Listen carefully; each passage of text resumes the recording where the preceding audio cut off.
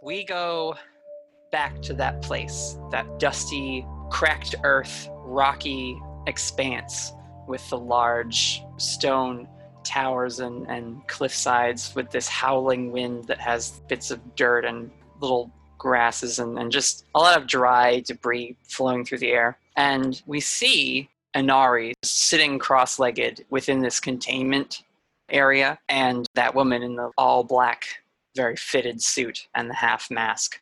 She says, "She was with others." Inari responds, "Please, I just want to go back.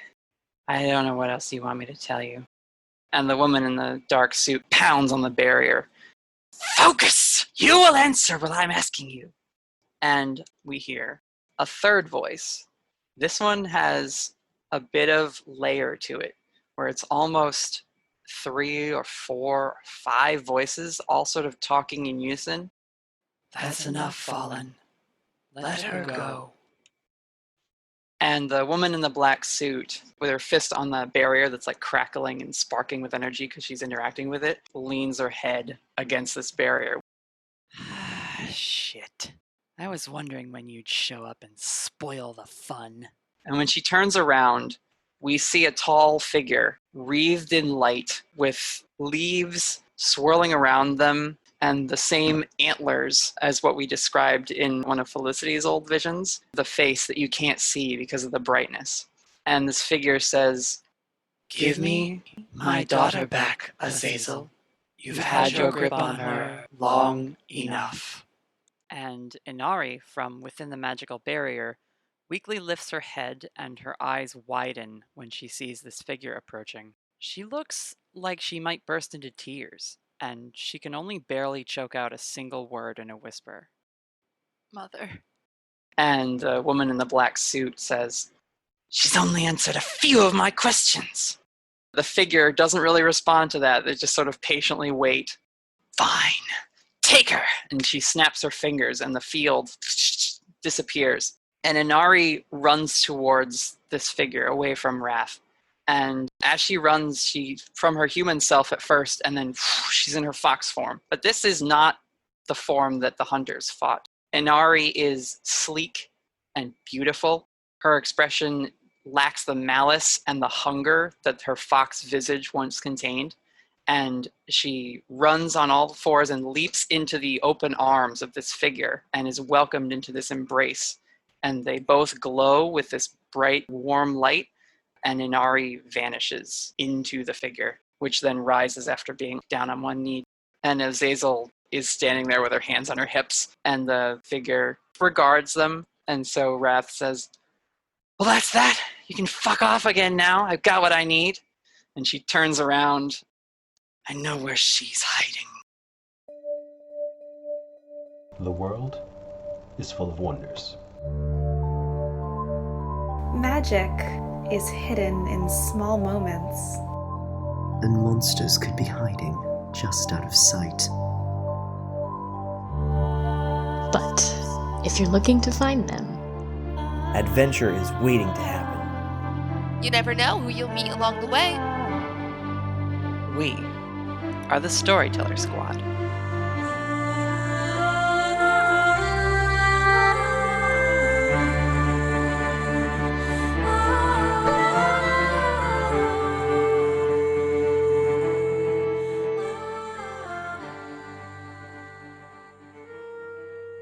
Hey everyone, we're back with more Monster of the Week. I am your keeper, Natalie Fuina. I'm joined by my lovely players. Let's start with Bethany Miller. I'm Clara. I play Bethany Miller, the mundane of the group. Felicity Starnbrook. Hey, I'm Maddie. I play Felicity. She's the group's resident spooky with her 2 spirit companions, Ghosty and Tom. Damien Edgecrest. My name is Anders, and I will be playing Damien Edgecrest, the Goop Envy Demon. Why are you doing this? Very good, very good. Raven Eugenia. hello, I am Brittany. I play Raven, who is the Flake. Hugo Rashad. Hey, I'm Zade, and I'm playing Hugo, the Initiate. And finally, Agent Whittaker. Hi, I'm Emery. I play Agent Lonnie Whittaker, resident daddy of the group. Yes. Just kidding, I'm the professional. And also a professional agent. Last time, we concluded our very first little mini arc in which we introduced all these lovely characters and gave them a small taste of the world that they find themselves existing in. Some of them were aware that supernatural events and creatures existed and permeate the fabric of the world, and others were less so and faced that with as much bravery and resolve as they could. We ended on a bit of a montage after the team defeated the Kitsune, the first monster that they went up against. We had several members of the group who were severely injured in that fight, most notably their friend Aidan Brightwood, who is a divine. She is some sort of angel, we have found out, though there's still a lot of her mysterious existence to explore. And we left off with Damien and Agent Whittaker leaving together to go into the Eastey organization's headquarters, which is where Agent Whittaker gets all of his orders and assignments and some support from their lab techs and other agents/employees. We had our 3 young recent college grads who all kind of wound up in the hospital along with Aidan. Although I think, Bethany, you were just maybe visiting once or twice and also bonding with Damien, our slime puddle friend. And Hugo, we didn't see much of what happened to Hugo afterwards. Why don't we dive in and start with that? What do you think Hugo's post-Kitsune fight wound up being? If anything, a combination of documentation, updating the books and such so that people have more information on what the experience is like, tending to his wounds because, ow. Then beyond that, just carrying out tasks and trying to not make too much of a scene of things. Yeah, we had last time the group was brought into the local sheriff's office to be questioned after being seen at the residence of Chase Warren, the man who the Kitsune murdered, after they went there investigating, but there was some issue with the local law enforcement where they were like, what were you doing there? But I think once the Eastey Agency executives, most notably Olivia Eastey, showed up, they used some of their clout and credentials, whether real or fabricated, to sort of smooth things over, get everyone released, and not have to have you all come back for further questioning. We'll deal with that when we check in with the agent and Damien a little bit later. But Hugo, and I will jump to and make sure I'm reminded that we do everyone else's start of mystery moves, but I want to do Hugo's first because we have sort of glossed over it a couple times. So time to see if we get a third bad one, I'm assuming? Sure, roll for the third probably bad one because you've chosen a stat block that makes this move very hard for you. Yeah, that's a 6. A 6. Up to this point, Hugo, you've just been focusing on trying to find this monster that killed Chase Warren and get rid of it and do your job as a hunter, a member of the Whispered Ones, which is the secret organization of explorers, different folks and chapters within this sort of blanket organization that use old-timey methods of hunting down monsters. It's less about science and more about learning the traditions and ways of hunting monsters that have been passed down since well before modern times. And so you go back to your apartment, you are unpacking probably, cleaning your armor, got some blood on it, making sure you're well bandaged and taken care of after that fight. And the next morning, you get a call fairly early, but not enough so that it wakes you up, from Joseph Argyle. He says, Hugo, I think we have some things to discuss about the recent events. Sure thing, Mr. Argyle. Why don't you come down to the museum today? All right, I'll be there in probably an hour or so. A little bit more cleaning up to do. So is there anything you want to do before you go there, or just for story purposes, giving yourself a little bit of time? He's just going to make sure that all of his dishes are done. He's going to go grab his tire. All right, so you bike over. When you get to the museum, Professor Argyle is waiting at like the reception desk. And so he takes you back to that room where in a museum they do the stuff of like dusting off fossils that are brought in and examining water samples from the nearby lake to check for acidity. Because it's a natural history museum, there's science going on as part of that, anthropology and different biology projects that are funded through different means. But there is a keypad on the wall that the professor uses, and when he accesses the right code, it reveals that secret doorway, which you guys both step into. The door seals behind you, and you travel down into the professor's secret sanctum that is connected with the sect. He's quiet the entire time that you're approaching and getting situated in this space, and he says, Hugo, you understand why our organization exists. Well, for the most part, yes. I had hoped it was also clear when you were inducted that secrecy is an important part of our organization's mission to protect mankind from the things that go bump in the night and worse. And suffice to say, from recent reports on the news, it appears that your latest hunt was not so secret. Complications. Some things mostly out of my control. I understand. But the other chapter leaders have expressed a concern that you are perhaps getting a little sloppy. It's not the word I used, but I'm trying to be polite here, my boy. Mm-hmm. They're asking you to follow up with the witnesses and either guarantee their silence or come up with some other solution. But we can't have civilians running around knowing about demons and the like. I can buy you a little time, let you come up with a solution, but the other chapters will not be patient forever. So it's time to perhaps lie in the bed you've made for yourself. Are they aware of the status of these other people? Civilian is not the word I'd use to describe some of them, by any means. He nods, and he says, I don't know how much the other leaders know. They are aware that you defeated a monster, but if they don't know the details, they have ways of finding out, and will soon, which is why I thought it important to address this with you as soon as we could. How is your arm? You doing all right? Kind of flexes it back and forth. It's been better. Fine enough, though. You go over to a shelf, take down a jar, and kind of hand it to you. And he says, apply that in between changing our bandages. Should help a bit. And it's this foul-smelling, sort of black, ichor that he's given you. Definitely an ancient remedy for injuries that monster hunters have used. And he says, if you need to discuss solutions or ideas, I'm available, but feel free, obviously, to reach out to the other chapter heads and plead your case if you think that might be beneficial. I have a feeling, especially given if it's already made the news to a certain extent, and then the number of people, talks are going to be needed.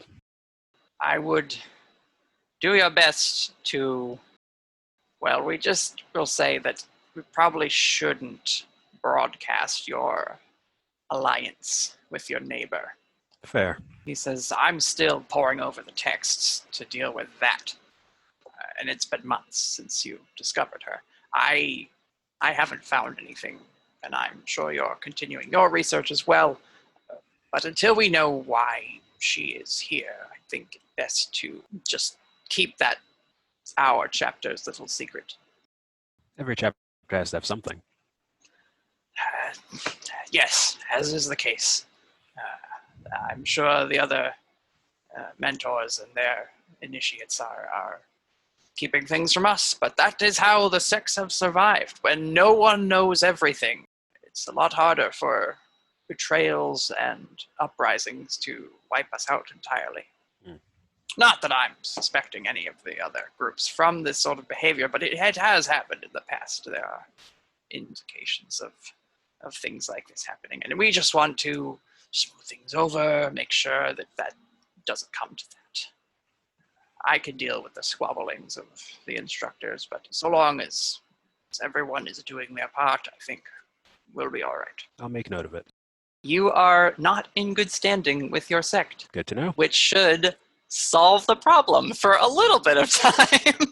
Because that move that you have constantly failed at specifically says when in good standing. And now that you are not, you will have to fix that before you have to make that roll again.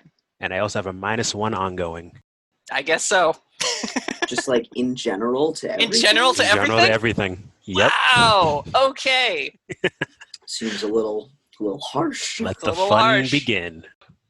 Hugo has picked a certain path in life, and we're just going to roll with it. It's going to be fine. Let's jump to the Eastey organization. As we follow Hugo leaving the museum, sort of pondering what to do next, we will transition over to the headquarters of Eastey. Is it just Eastey organization, or do you want there to be a title for it aside from that, Agent I've Whittaker? always just called it the Eastey Agency. Agency. Okay. Yeah, I don't know if they've got any other moniker.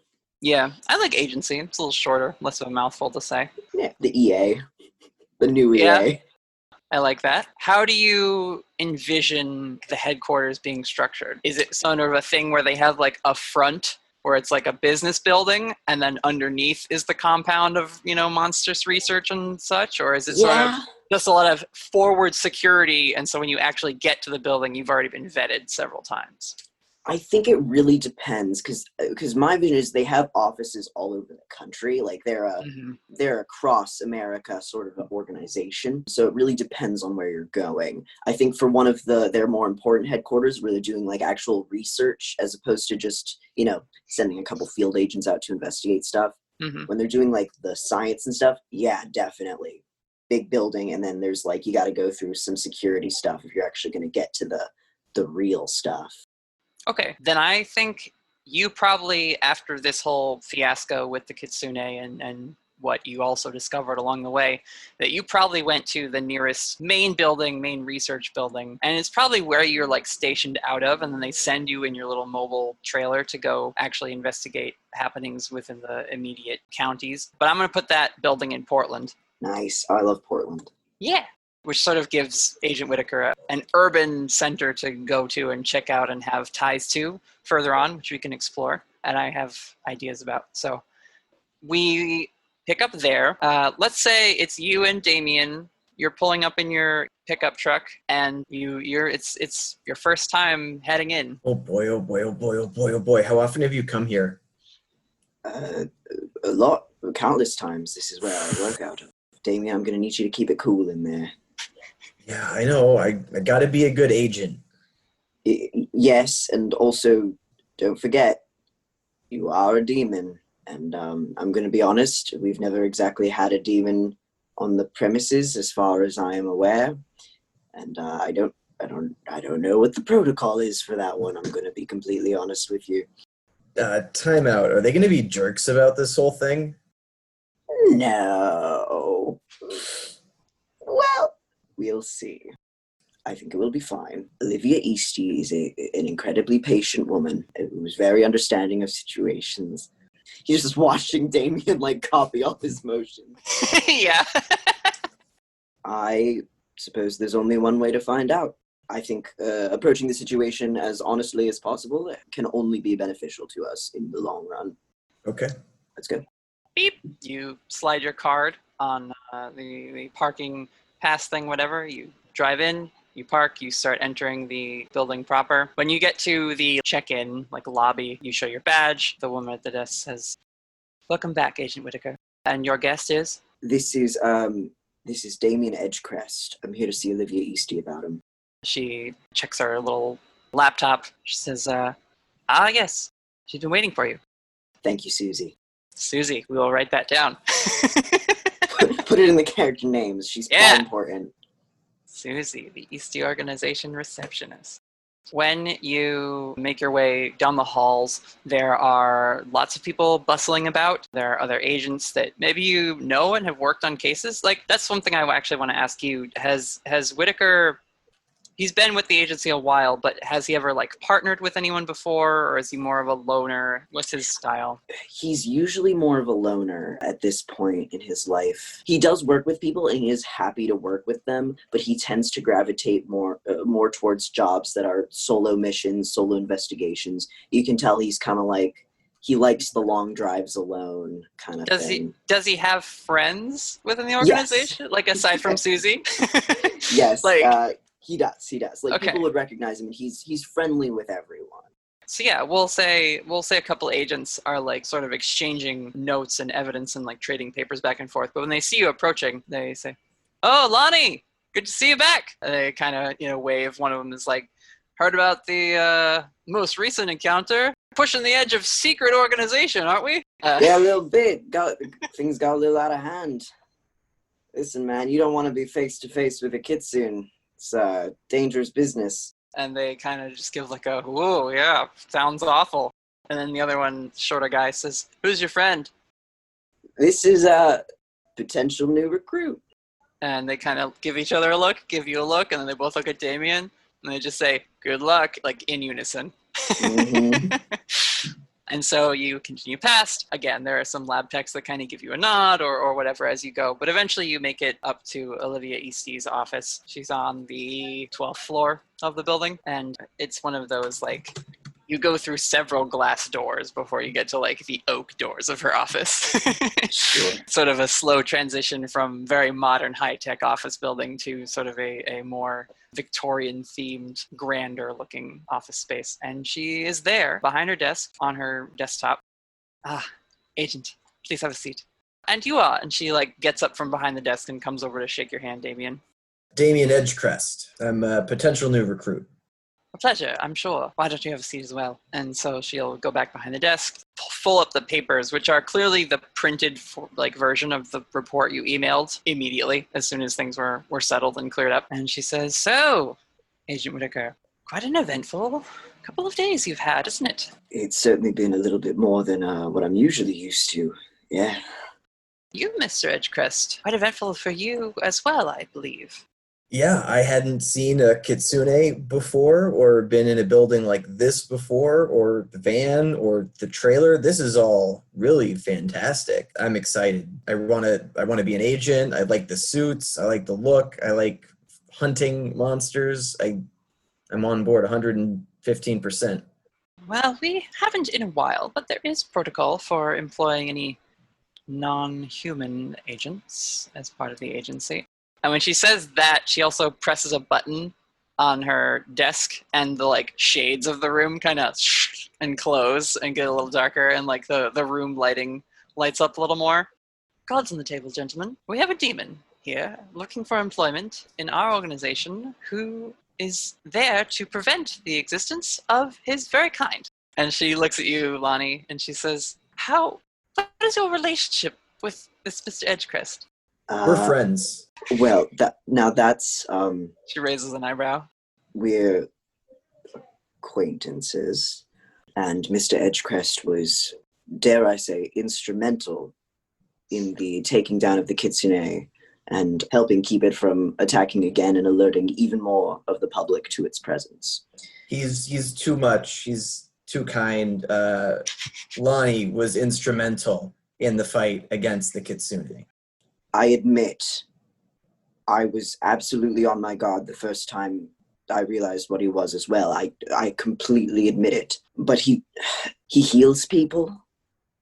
He saved a man from dying. He has protected fellow fighters in the ensuing battle. He's not exactly what I expected. And regardless of what that means, I do think we need to keep an eye on him. And I do think he's very useful to us. Unexpected is a word for it. You mentioned other fighters. I see in your reports that you're also joined in this fight by several other individuals, including a Mr. Rashad, a member of a monster hunting organization, not ours. Care to explain that? That was another completely unforeseen circumstance.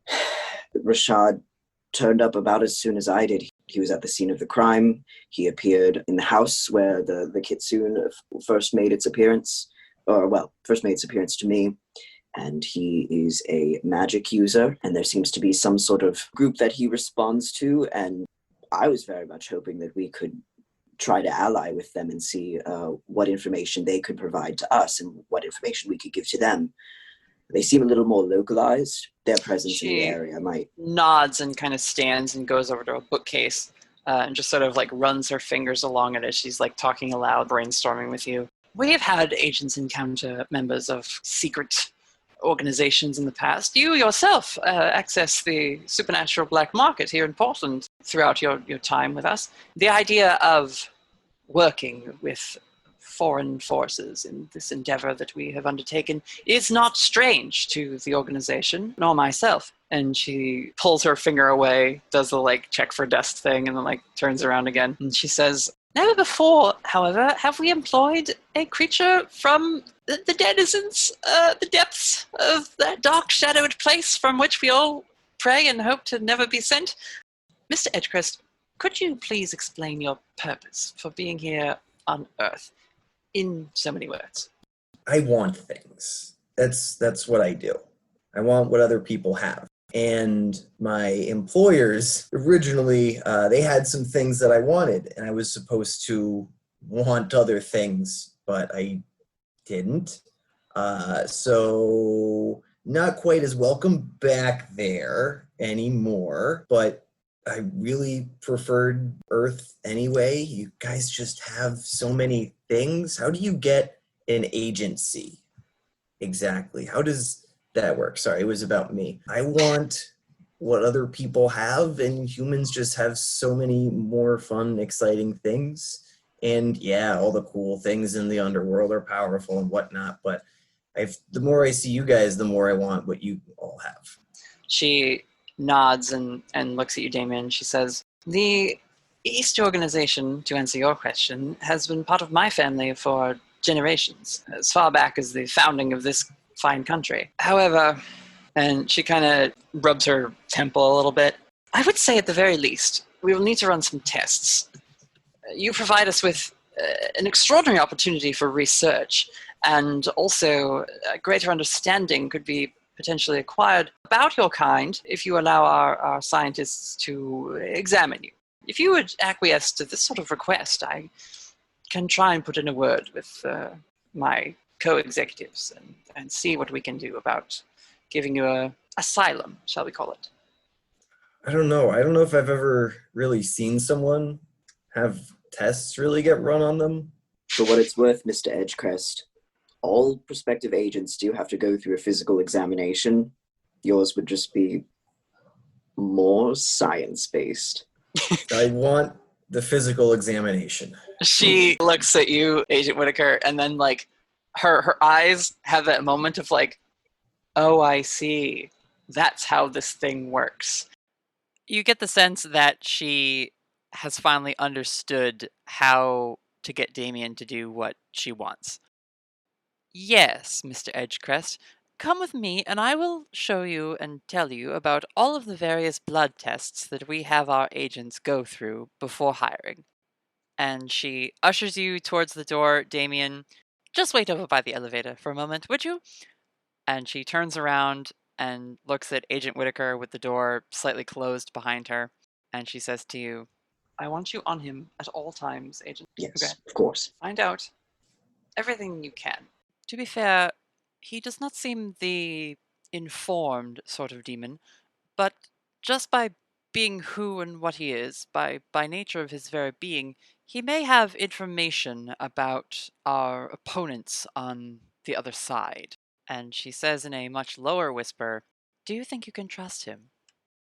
Of course not. But in my experience with creatures that play games of trickery, they never tend to present themselves as honestly as he does. He's revealed his true form to me more than on one occasion, which I would have seen as a great vulnerability to expose. And perhaps he's playing an even deeper game than I can fathom. At least on the surface, I think there is a little bit more, dare I say, good intention to him than other creatures of his ilk that I've encountered. Right. Well, while he's here, and while we're performing our tests, it might do you a bit of good to check up on the other individuals who were pulled into this escapade, those young locals. Certainly. Is there anything in particular you'd like me to find out about them? Nothing in particular, no, unless there is something to be found out, Agent. But, general cleanup. We can't have them exposing either the organization or the existence of supernatural creatures to the public.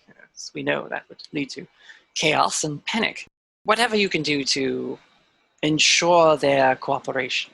Now, I think will we- warn you, one of them runs a blog. The blog. Interesting. I'll want a separate report on that. She opens the door again to go catch up with Damien and make sure he doesn't get lost or into trouble. Let's go to Raven, because we just talked about her blog. Raven, how are you doing? You weren't in the hospital for very long, I don't think. Right, because there was the full day of cleanup where you went to the hospital pretty early in the morning to get your injuries treated. And then I would imagine, Agent Whittaker, you and Damien stayed in Autumn Falls for at least a little bit while the cover-up was happening and to like oversee that. So it's been a little while, and Raven, you've been released. What have you been up to since then? So I think... What have you written about? That's maybe the key question to be had here. So the thing with Raven's blog is that she has a profile that is like the creator of the website that doesn't really post that much. It kind of just like does like announcements and updates on the website and stuff. But she also has several other aliases, and she will post on the blog posing as these other people. And so I think she's fabricated a post just about like, oh, I'm like a high school student and I'm working on a project and I'd like to write about Kitsune. Like, can anyone give me any information? Like, have they had any encounters? And so she posts this whole thing under like a different name. Raven like kind of gets how important it is to not just be like, OMG, I made this blog and I just discovered the Kitsune are real. She's a little bit smarter than that. And so she wants to try and gain information without being super obvious about it. And especially knowing now that two of the people that she's met recently have been watching the blog very closely all this time. Yep. She's not just going to be like, let me tell the entire world about this stuff that we learned about. Yeah, she's cautious. She's playing it safe. Yeah. So I think she's kind of putting some feelers out. She's gone through the blog, looked to see if anyone else has talked about the Kitsune, just to see if anything kind of lines up. Because as of very recently, Raven didn't actually believe in most of the things on the blog. To actually encounter something and be like, oh my god, what if all the things that these people have been posting is actually real? All this time I thought they were just BSing. Like, I thought that this whole thing was fake. Yeah, there was probably a long night in the hospital of like reading back through all the articles and being like, how many of these are legitimate? Yeah, especially since she herself knowing that she has several fake profiles. Yeah. Where sometimes she'll put genuine questions and other times she treats it like a creative writing thing. Where she'll be like, oh my god, I live in this area of the world and I think I just saw a whatever kind of supernatural being lives in that area. Some and we'll sort just of like folklore, write a story about it and post it. And people will be like, oh my god, no way, me too. Yeah. She's had her whole like perspective on the world shifted very quickly and also almost died at the hands of it, which I think is going to stick with her for a long time. She was very close to death and then was healed enough that going to the hospital, it was kind of minor injuries, but for a very short time. And for someone you like have history with, right? Oh yeah. When Raven dove in front to take that hit, it was to protect this person who up until that moment they'd been at like very extreme odds against. Just like a lot of baggage, a lot of old trauma. Like a couple hours before that. So yeah. So that's fun I don't think to she's think about slept also. much in the hospital. I think there's if it's been a couple days since then, most of those nights were spent lying awake. Just thinking about everything that's happened. Why don't you investigate a mystery for me as she's looking over the thing? I also have a beginning of mystery thing that I should probably roll for. Do you want me to do that first or investigate a mystery? Just roll them together. We'll try and make them the same part of the story. 8. So I rolled an 8 for my connect the dots. Okay. So I roll plus sharp, and then on a 7 to 9, I hold 1 for some questions. Well, that's sort of what you're trying to do anyway, right? With this searching through the blog is connect those things, and then roll investigate a mystery, and we'll see if you get some like bonus questions to ask, because that's another one where doing well lets you ask me stuff. Ooh, that's a 12 for investigate a mystery. So you get 10 plus hold 2. So yeah, until you get advanced on that move, you'll just have the 2. But that gives you 3 questions to ask. So for my connected dots, I want to know when and where the next critical event will occur. And I feel like that question, you don't have to like tell me right now if it doesn't make sense that would come up right now, but maybe during this session before the end, if I could get some kind of hint before everyone else, I think that would make more sense. Okay. Just because we're starting a new one, so she wouldn't really be able to tell where like the next attack will happen when everything seems to be over. Yeah, but that's good. I can work with that. Okay, cool. And then investigate a mystery. I'd like to know, where did it go and what was it going to do? I feel like those two I might be able to figure out from my blog. So where did it go and what was it going to do? On your blog, there definitely are other posts that talk about spirits, some of them that have attacked people, and like, it's, again, because you're now in this state of questioning everything, it's hard to tell what is real and what is maybe some other, young student just practicing their creative writing and like happened upon your blog and was like, oh, seems fun. Nobody else is taking it seriously. And went with that. But you do find, after scouring this through several nights of not sleeping, that there are at least 2 other cases that talk about fox spirit incidents. One of them talks about how the fox spirit bewitched their sibling, and they had always felt that this person was off and there was something strange about them, but their sibling was so enamored and enraptured by them, and it didn't make any sense, right? Everything that this person that they were now so in love with contradicted what they had said their life plan was for years and years. And then you don't hear from that person in a while, but then that same username pops up a little bit later on, and it's like, my sibling, their partner ran off and their house burned down and like all this stuff. And they're postulating, they're like, I think it was a fox spirit. They will like fall in love with someone and trick them and then break their heart. It's like the thing they do. There's an account of that. There's a string of murders around Kyoto that someone else is like trying to draw the dots between. And they're just saying, people looking for late night liaisons have been found dead all over the city, or and it's, what is happening here? We just don't think it's a serial killer. No one can find evidence. And so it's like that also catches your eye of like, oh, like a common pattern to these like amorous turned violent, encounters. And so those are the 2 things you find, and that will sort of inform what was it going to do? It was just going to keep hunting. It clearly, whatever type of kitsune Inari was, she had her lead up and her pleasure that she took from the act of like finding a target and then building them up to break them down again. And had she not been discovered, it would have just continued. And you have no idea how long she's been doing it, right? Like, as a kitsune, she could be a lot older than what she said she was, or appeared to be, at least. That's what I'll tell you for that. And that kind of just like informs you a little bit of the way perhaps real monsters work, that there's a little bit of truth to the myths and legends, and then sort of a more, not practical, but like a simpler explanation. It's like, are kitsune these magical tricksters, blah, blah, blah, or are they just this like predator spirit that has a particular way of doing what they do? It's sort of probably lands somewhere in between there. And then where did it go? You're not going to find that on your blog, but I may answer that with some events that are going to happen later in the session. Okay. Yeah, it was kind of just like, does she know that it is like dead and gone, or is there some hint of like, she's like, the spirit is still around kind of thing? Gotcha. For that, I think we'll save that for a conversation I have. But I will say that while you're like clicking through these things and doing your research, at some point you get an email and it says, service to your hosting client has been indefinitely paused. And your whole website just locks up and freezes. Oh no. Oh no, oh no, oh no. Because someone told another someone about a blog. So that happens, and the email you get is from Agent Whittaker. Dear Miss Eugenia, I'm sorry for the sudden action taken against your blog. This is not a permanent measure.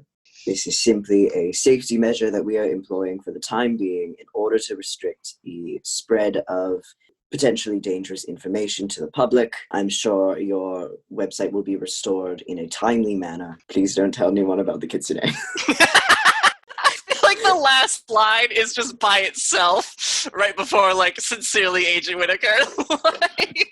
Close in, like, parentheses. A plea, yeah, like a half-hearted plea, like, just please don't do this thing. Please do not tell anybody about the kitsune. If you are losing money from advertisers because of your website being frozen up, let me know, and I will give you funds to cover the costs. That should be everything. Yeah. Bye. So very begins officially but ends kind of awkwardly. Email from Agent Whittaker comes to your phone, Raven. She's just reading it like advertisements. Yeah. Money? I could make money off of this? Right. No one ever told me I could make money off of this. Yeah, man. How are you paying for all this? You need a lot of servers to keep this thing running. What is your reaction to that, Raven? You're I like think you outlet, just- and the thing you've been using to research all this stuff is just getting locked up by that guy that you met. What do you do now? I send a second email. Oh, what does that one say? Is it like a 5 minutes later kind of thing? Like, Yeah. Okay. Raven's Amazing. already typing a reply when the second email comes when the in. second one comes. Mm-hmm. If you are interested in joining the Eastey Agency, you will have access to all of the information that we have gathered on the subject, and perhaps this will be a good consolation measure to information that will be probably way more accurate than anything on your blog. Bye! Raven just deletes all of the really sassy things that she was typing up to Agent Whittaker and be like, I can't believe you think that I would even say anything about all of this. Like, you think I don't have the tact to keep my mouth shut about this? And then she's just deleting all of that. And it's like, well, that sounds like a wonderful opportunity. Thank you, Agent Whittaker. I look forward to speaking with you in the future about this. It's just like super, super short, professional. Sounds great. I'd love to talk about it more. Thank you very much. Please let me know when my blog will be back up. I would really appreciate it. P.S. How do you make money off of websites? Send. Amazing. Let's leave that where we leave Raven for now. I want to jump over to Bethany. How are you handling the next couple days? Because you weren't hurt. Probably went right back to work the next day. Bethany, for the first 24 hours, there was a lot of communication that she was attempting to have with Raven. And Aidan, I think, to an extent, and Felicity. It's like a lot of just like messages of, is everybody okay? Is everybody safe? To Raven, because Raven saved her. And there's also a lot of, I think, guilt there of, we were fighting before this happened. But I think there comes a time in which if you have been hurting someone's feelings and they do a huge thing for you, I think promptly after 24 hours are over, because Raven is likely just still recovering, she stops getting messages from Bethany. I think there is an extent to which Bethany kind of feels bad and feels like the best thing she can do for Raven is give her a lot of space. And she feels almost like she is doing a disservice by continuing communication with the three of them, because she got one of them nearly killed. And regardless of what the circumstances were, supernatural or otherwise, that is a very serious thing for her to have to kind of go through. And I think she feels like she's doing a major disservice to the team in big quotes, because they are nothing right now, by even like continuing to remain in communication with them. So she goes back to work. She's off. There's no way she's on. She's skipped 3 or 4 6 a.m. wake ups, like alarms, to go work out and jog before her work day. She's not really done a lot of her makeup. She hasn't done her whole hair process, which sounds like very little for most people, because they're like, oh yeah, take care of yourself. But for her, that's very regimented and very, that's like a 3-hour process that she does every day just to look like her best. And for the first time, it's like one of those situations, when like women don't wear makeup and everyone's like, are you sick? She's like, Yeah, no, she definitely like shows up at the Starbucks with just her hair in a ponytail and like her uniform on, but that's it. No one says anything, right? Like no one is rude. Everyone in Vernal Springs is too polite about it. Oh, like, they couldn't possibly address the problem, right? Because that would admit that something is wrong in Vernal Springs. And so probably the only thing Bethany has heard is your manager, Lane, kind of just like whispering to someone, not apologizing for you, but just being like, you gotta be extra nice to Bethany today, okay? She's part of that animal attack, and she's going through a really tough time. I heard some of her friends are in the hospital. I'm sure she'll be back to her nice, bubbly self any minute now. You know what? I'm going to take this order for you. What can I get? And so he's been picking up the slack that you and Taylor are now both experiencing this really rough time. Taylor's also back at work, by the way, though, because Damien healed his injury. And as soon as he woke up in the hospital and they were like, You're fine, dude. Get out of here. He was released. Have you talked to him at all about, like, his experience? She's really trying. I think there's, like, a good 20 minutes where, like, we can just pretend this didn't happen. It's like she had, like, a bad one-night stand with him, and they're like, no, we just won't talk about it. It's all going to be on the down low. We won't say it. But I think she's not capable of pretending that this didn't happen enough. Yeah. So she's kind of sidles up to him while he's working the register, and she's making a drink. So, how are you? You doing okay? He's stirring something, and he says, "Yeah, no, I'm all right. How about you? I guess we have something else in common now, huh? Did you see that thing when it attacked you? I don't really remember a lot. What was it? Like a bear? Some sort of rabid whatever?" Do you mean Inari? I haven't heard from Inari in days. I think she left. Well, Inari was... She was the beast. And he gives you a look like, what? He like genuinely doesn't know what you're talking about. His experience with Inari turning and like attacking him, apparently he's forgotten it. He doesn't believe you. I mean, if you tell a random person like your coworker, like, oh yeah, so-and-so was a monster, they'd look at you like you had two heads. Yeah. And that's kind of how he's looking at you now. He's like, what are you talking about? No, that animal, it attacked you and your friends too. Yes. I get it if you like didn't like Inari or whatever, but she was very manipulative. Probably like went back to her home. She probably has family in the city.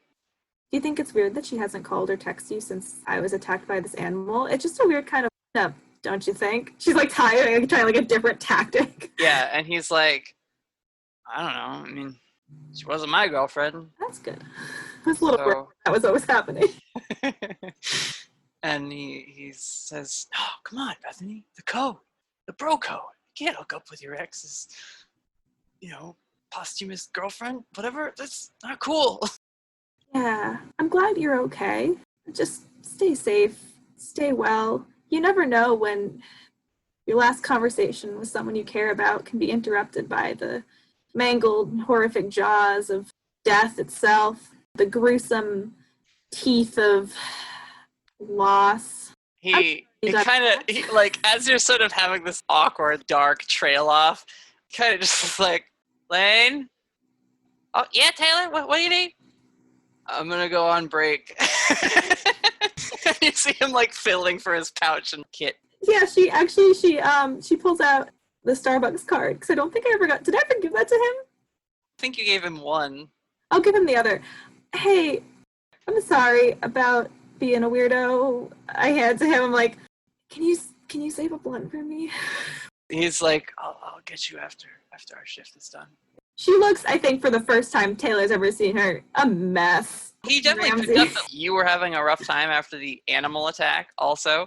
I think it's the first time he's seen her look completely disheveled. Because when she was going through her breakup, she was disheveled, but she still made a point of being out there about it. Like, she did the theatrics of it. Like, she went through it in a very different sense. Yeah, in a way, this is so much more than the problems you faced in the past, that armor of her routine wouldn't even be enough, so why bother with it? I like that a lot. And I like that she sort of voluntarily sort of cut herself off. We're going to deal with that in a little bit. But, Felicity, don't you have a start of mystery move? I do. Did you roll that now? Roll it, yes. To rewind a little bit, I had said that Gruesome Teeth of Loss is my new indie band name. Really good. Yeah. Really good. That's good. That's like a band and a good album name. Right? Mm. Our first album is just self-titled. I do like that Bethany just starts to speak in metaphors when she's going through it. Mm-hmm. I got a real good roll, guys. Yeah? I got a real good roll. I got a 13. You get a detailed vision of something bad that is yet to happen. You take +1 forward to prevent it coming true and mark experience if you stop it. See. I have yet to stop any of them, though. So... Yeah. I don't know, because it's weird, right? Like, with your future vision, how much of what she sees is, like, guaranteed, and how much, like, ability does she have to, like, affect the future in that way? I will admit, as the keeper, I haven't, like, figured out Felicity's future powers to that extent. Yeah, they're tricky. But just because time travel and like messing with that stuff is like a tricky narrative thing to dive into. So I don't think it means you have to do that. But you can do that if it's something you're able to stop. So, Felicity, your vision is this. Aidan sitting on her couch, like in her very pristine, sort of immaculate apartment, and she's crying. And her mirror that hangs on one of her doors is broken. She's just alone and upset, and still clearly like recovering a little bit from the injuries she took on in order to heal Raven during the fight. And so that's the vision you get. Something bad that's happening, and maybe you can do something about it. Before we get to that very sad thing, what's Felicity been doing aside from having visions? What's her like recovery / like past couple days been like? Where's she at? Felicity went home. She hasn't been back home in a couple of days, and her mom is there. She lives with her mom still. She goes out she has a big tree in her backyard, and with a swing on it, and she sits on the swing and she faces the woods. And she talks to somebody that she hopes is listening. And she tells them, I did magic, I think, but it hurt. It hurt me, but I think it was good. And I don't know really what's happening, but something's happening. As you're having this talk and just sort of enjoying being outside, Tom and Ghosty are like playing in the yard, as they are wont to do. This older looking woman who's kind of bent over and covered in like a big mossy green shawl. There's even actually little bits of moss growing in it. And she's reaching down, and if you were watching her, you'd be like, is she picking up sticks or like acorns or whatever? But no, she's putting them down. She just reaches into this basket and is like putting acorns on the ground and little like oak leaves and twigs and things. Her skin is very leathery and cracked, almost like it's been in the sun for way too long. Her face is again that like very wizened, but clearly still like youthful behind all the wrinkles and aged skin. And she's meandering around and listening to you talk. And she says, magic can be scary. What did you do with it? I froze a fox lady, and I made it so people could hit her better. But she froze like ice. I have felt the touch of ice, the cold of winter. I do not sense that from you, young Felicity. You said this magic hurt? Yeah, it hurt, but I think what I was doing was good, and I don't know why it would hurt me. She says, sometimes, if you don't know how to use the magic, it can be too much to handle. Magic is dangerous, especially for humans. You have always been one of my favorites. I have watched you grow from a sapling as you swung here amongst my boughs, and I do not know what lies ahead on your path, girl, but whatever it is, you are put here for a reason. I'm sure you'll discover it. And the form of this old lady goes behind the tree, and there's wind that kind of picks up and swirls by, and a few of the leaves that she put on the ground are picked up with it and go away. And she doesn't emerge from the other side of the tree that you're swinging on. Wow, I love her so much. Yeah. So Felicity is going to swing there for a little while longer. She's going to contemplate what she had told her, and I think she's going to try to use some magic. Ooh. She's going to practice. What is she trying to do with this magic then? See, I don't know if she knows what she's trying to do. She's just trying to tap into that feeling again, maybe? Yeah. Okay. She has no clue how she did it the first time, and so she's just trying. Wow, I'm doing so good.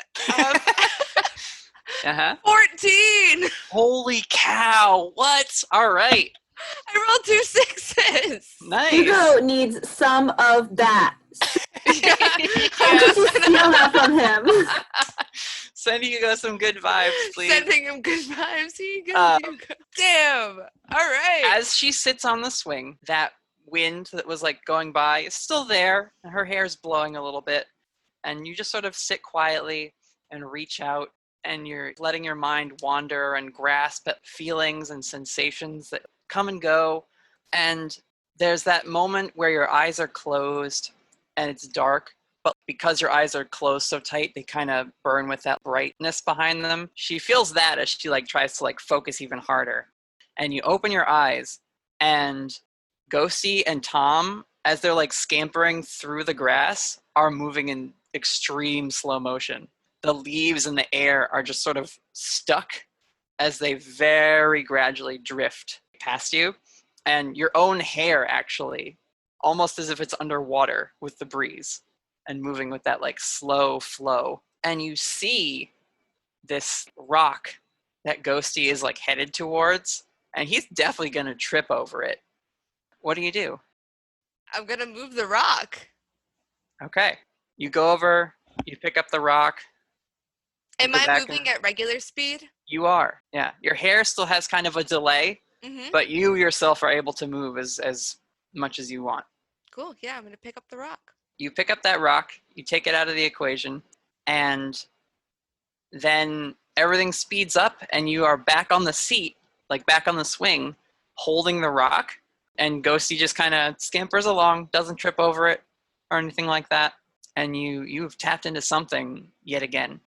Cool. All right, so I'm going to take that rock, and I'm going to head inside, and in my room on the bookshelf, I have a collection of a bunch of little things that I found.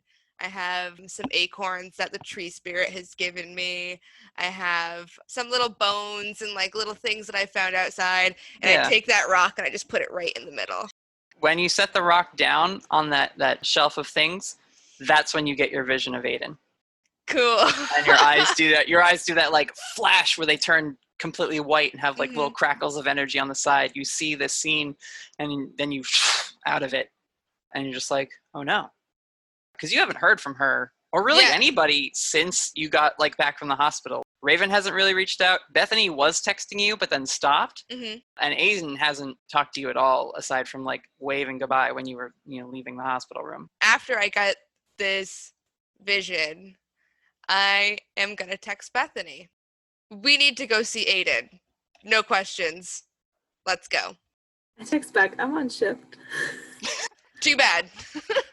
Oh no. Find a reason to leave. I look at Lane. My appendix just burst. Okay. I could roll for that, but I'm gonna leave regardless. Roll manipulate someone. Let's just see what happens. That's plus charm. 11. Lane, his head cocks for a second, and then he's like, Anthony, why don't you take the afternoon off? Why don't you just go deal with that? You take care of you. Nod, and I'm just to clarify, this is because my appendix has burst, not because... Of course, yep, that's what I'm... Thank you. And I say, ow, it hurts, with a flat voice. Uh-huh. My car. I text Felicity, do you need a ride? How far away does Aidan live from me? You'd get there faster with a ride. Yeah, sure. Yes, I do. I do need a ride. Okay, I also text, as a reminder, I'm doing this because you've never been so assertive in your life. It is not for any other reason. Just so that we all have that clarified. I don't want any part of this. And then I drive over and I grab Felicity. Can we go get Raven? No, it's really out of the way. We shouldn't. I'm gonna text Raven. Okay, Raven, she's probably just... Hey, Raven, do you want to come save Aidan, maybe? Raven's just gonna call Felicity. What's wrong with Aidan? Is she okay? Aidan's crying. Her mirror is broken. We gotta go. How do you know this? I saw it. How else do I know it? Oh, right. Okay. I can meet you there. It'll probably be I'm with faster. Bethany. We can pick you up. I can just meet you there. Okay. Are you driving? It's too far away. I start speeding. So far away. Oh, yes. Yeah, Raven will just get in her car and she'll drive to Aidan's house. Right. And she'll park and wait to see the two of them pull in. I handed Felicity a mocha latte and say, hand this off. It makes people feel better. Cool. Are you actually going to wait in the car, Bethany? Yeah. Oh, yeah. So I'm your getaway driver if you need me. Raven, did you park right next to Bethany's car, or did you find somewhere else in the lot? I think she just parked wherever there was a spot and just waited. And then when she saw Felicity get out, she'd turn off her car and get out and meet her and walk in with her. Aidan she's in like a robe, getting herself a drink of water before heading back over to her little window nook. And as she turns around from the fridge, which is like a polished aluminum, it's like a little reflective, we hear, "How long has it been since you were this involved? A few 100 years?" And she drops the glass and spins around, and her eyes are wide. And almost instinctively, her skin glows with her like golden angelic aura. Azazel, why are you here? What do you want? And the demon, Wrath, she just kind of shrugs. She's got her pleasant mask on, the one half of it that's smiling. "That's your problem, isn't it? It's very easy when you're just giving them a helpful little nudge here or there, but once you start helping the same people over and over, you start to care about them." The image of her moves from the reflective surface of the fridge and into like the glass panes of the cabinets that Aidan has in her apartment. And Aidan just sort of scowls at her as she leans down to pick up the glass pieces a little bit. "You shouldn't be here." And Wrath just laughs again. She says, "Well, I'm not really here. I just wanted to say hello to my big sister. It's allowed, you know." And Aidan just kind of steps up, still glowing, walks over to her trash, throws the pieces of her glass away, and then just sternly looks at the figure. "I'm serious, Azazel. Go back where you belong. Now."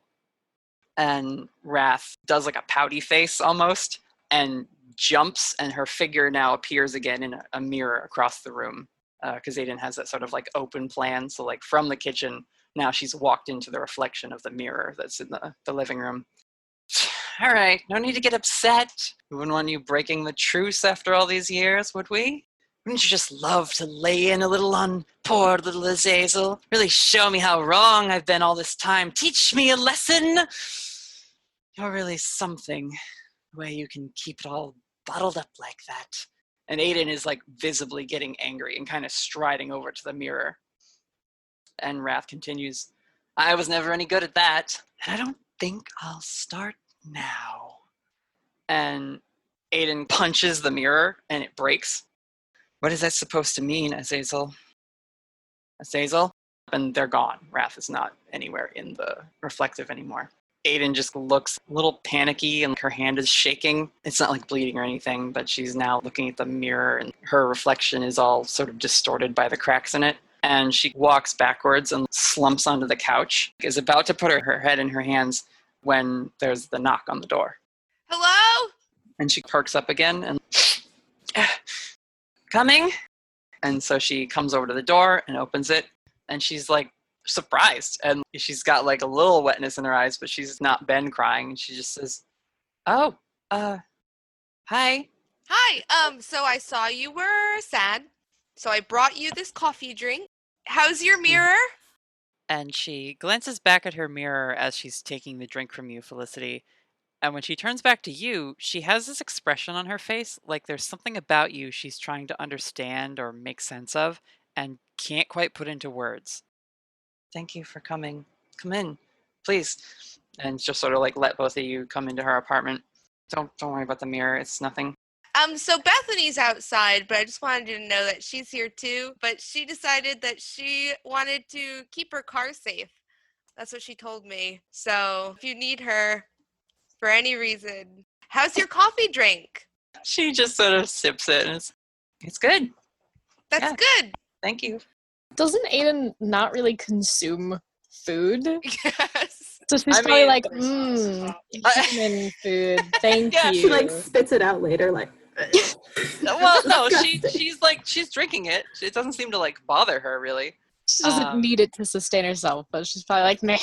Yeah, whatever. like do you ask her about that? Like, is that something Raven would like bring up? Like, you don't really have to. Oh no, Raven. Like... I think Raven hasn't said a word since they walked in. When Aidan was kind of staring Felicity down, she kind of gave a like, "What can you do?" shrug and like gestured at her like, yeah, we've kind of established she knows things. Right. And then when When Felicity's telling her about Bethany sitting in the car, she gave another, like, I don't know. I haven't talked to her. She's just been quiet. Yeah. She's just tagging along to make sure Aidan's okay, and Aidan seems to be okay. I mean, you do see the broken mirror, and you know that she was like a little like out of sorts when she came to the door. Are you both okay? How are you feeling? I'm good. I had a great day today. I got a rock. Should have brought it. I'm glad you had a good day. How about you? And now she's like directly looking for some sort of conversation from you, Raven. I'm okay. Got out of the hospital a couple days ago. Same as you. Just kind of been home, keep myself busy. Yeah, I figured I should wait a little while. She takes the robe off a little bit to like show you like where she's been like wrapped up for the bite mark. Slides it off her shoulder a little bit. There's nothing under there. She's healed in the time since then. But like if I went into work, it'd be weird, right? I did. I thought you meant her clothes. Puts it back on. I thought you were knowing this, so she's not wearing any clothes under her robe. Oh no! I thought that's what you meant too, and I was like, no, okay. she doesn't have like like bite marks from the. She and Damien have more in common than we thought. But yeah, angels and demons, they don't care about nudity. They don't care. Aidan just feels very comfortable with her new friends. Right. But that's what she's showing you. She hasn't come back to work because she doesn't want people to be weirded out that she was in the hospital in the ICU and now 2 days later is fine. So I've just been keeping to myself a little. I haven't heard from Hugo lately. I think he's been busy. Yeah, I have a feeling Hugo and I are both going to be skipping karate for a couple lessons. Hugo, you see Bethany sitting in the parking lot of your apartment complex as you come back from the museum this morning. That's weird. You also see Raven's car as you're like undoing your bike tire and whatnot. That's less weird. He's gonna go over to Bethany's car and knock on the window. Yeah, I roll down the window. Okay. Hey, what's up, nerd? Right. Not much.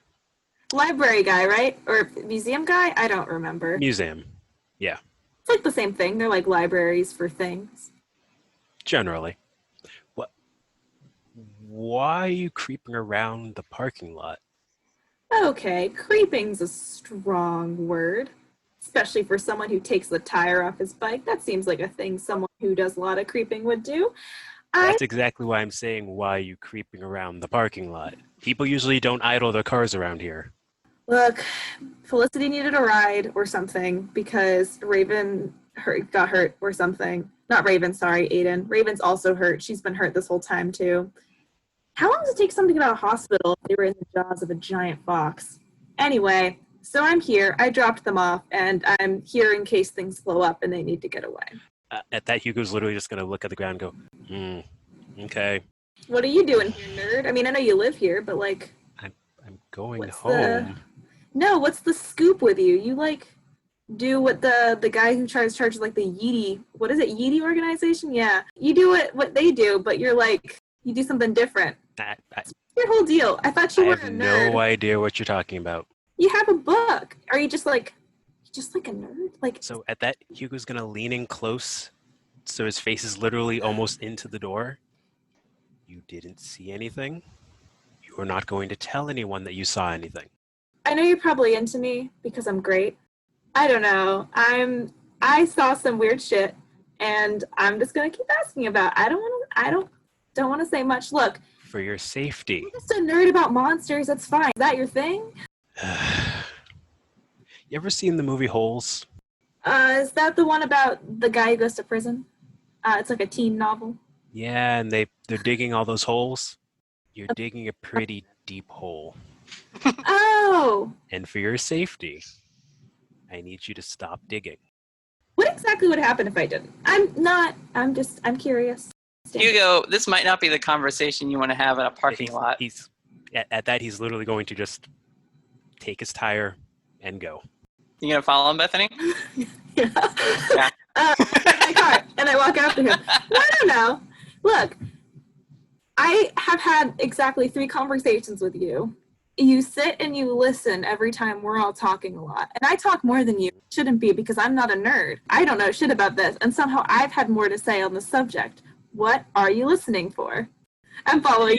You make your way past the check-in. You know, you kind of just like wave away, like, yeah, she's with me, I guess, and like start heading towards your apartment. Yeah. Hi, it's good to see you again. Yeah. Well, I'm listening so that I can have an understanding of exactly what's going on so that I don't make another mistake. As for being a nerd, the person who knows how much about the relationships of how many people in not just her town, but this town too. Are you saying I'm a nerd about relationships? Yes, I am saying you are a nerd about relationships. Oh, that's really nice of you. I'm glad we have something we can bond over. Keep walking with. So tell me more about how you know all of this stuff. What stuff? The part where you could do magic for a little bit or like something weird like that. Did you just learn that? Did you look it up online? Is anyone in the hallway near us? I think at this point, you have like gotten to your door and Bethany is like just talking to you, conversing.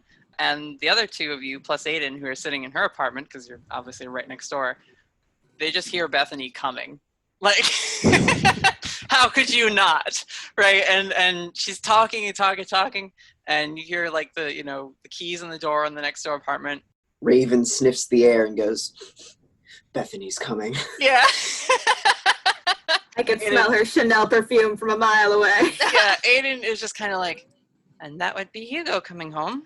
And she kind of looks to you, Felicity, like, are we supposed to go talk to them or something? Or I mean, yeah, if you want to. Let's do it. And you pop up before Aidan has a chance to be like, I was just asking a question. Like, Felicity probably opens the door to Aidan's apartment, which again, you can see Bethany and Hugo. Hugo, I think, is whispering, and Bethany is like loud whispering to him. I open the door and I go, Bethany, how's the car? Is it safe? Aren't you busy doing something? No, this is done. She's coming with us. Yeah, she joins you at the door, and I assume, Raven, you're maybe there too. And she just pokes her head out, and she says, do you want a house this time? Let me check something. And he's gonna use the keys to open up his door. He's gonna go inside.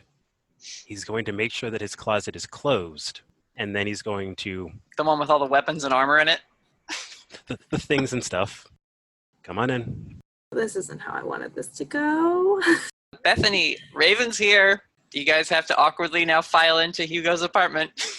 My appendix just burst. Raven knows you're lying. That's the excuse she uses every time. He used that excuse in high school like 8 times. Nobody caught on, apparently, except, you. He used it with a different teacher. They don't know. Amazing. Raven just like rolls her eyes at her. Doesn't even give her like any attention. Yeah, and Aidan goes over to you, Bethany, as she's also coming into Hugo's apartment. I'm glad to see you're doing okay.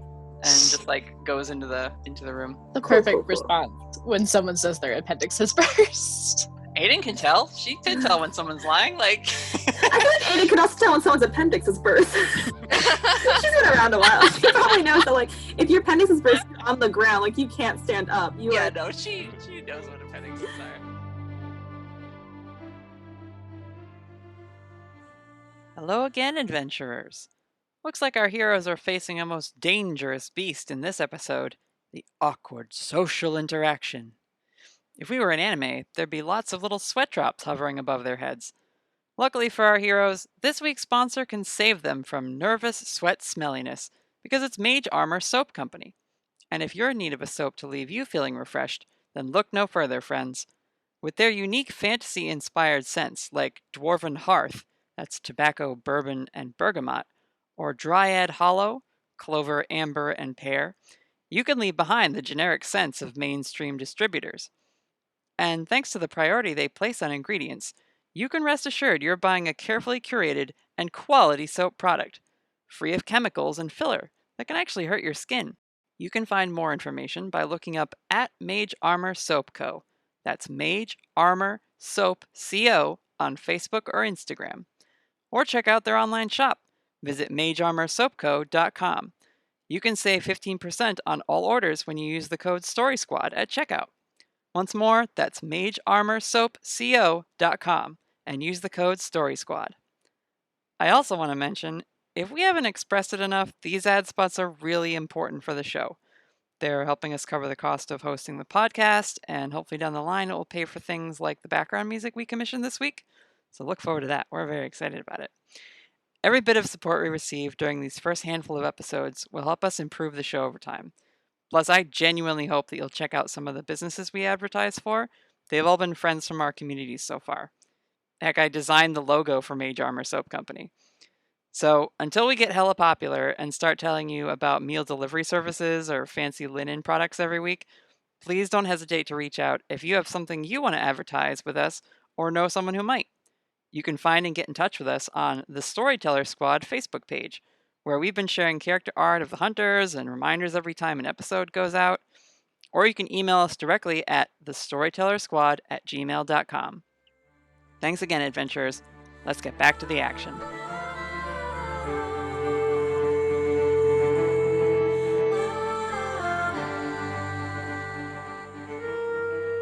You all wind up in Hugo's apartment.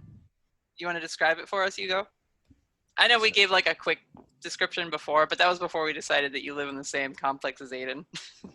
So it still has very large window, bed in the same room. It's a 2-room apartment-ish, I guess you could say. Bathroom on the side. There's where you would expect there to be a lot of dishes. Everything is neatly ordered, and it seems like that's the only thing in the room that has any sense of structure to it. Goes to the cabinets, only has like 2 glasses. Very few other things in there. Has a computer. There's not much to the room.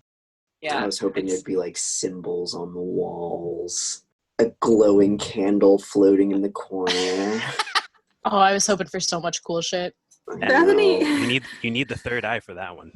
Don't worry about it. Ceremonial It's there. swords on the mantle. So Hugo's apartment, oddly enough, is pretty similar to Aidan's. He's got a couple things that denote it's his place, but he's also not one to collect knickknacks and stuff the way you might, Felicity, with your little shelf of like my trinkets. Yeah. Looking at it, it seems less lived in, more of a temporary operational space. I love the idea that Felicity's looking around like, needs more rocks. Yeah. Well, that was her critique about Aidan's place too. It was like, your house is boring. Yeah.